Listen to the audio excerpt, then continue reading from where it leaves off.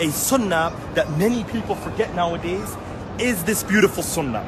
Now, brothers and sisters, when the Prophet ﷺ would walk into the masjid, the sunnah is, of course, that you walk in with your right foot. You see this?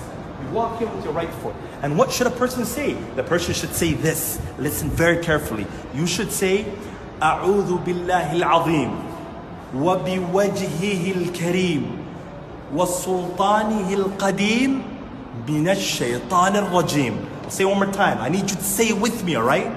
أعوذ بالله العظيم وبوجهه الكريم وسلطانه القديم من الشيطان الرجيم.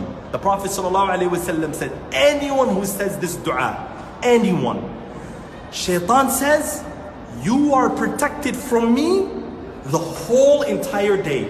Again, this hadith is found in Abu Dawood, and Shaykh Al-Albani Rahmatullah says the hadith is authentic.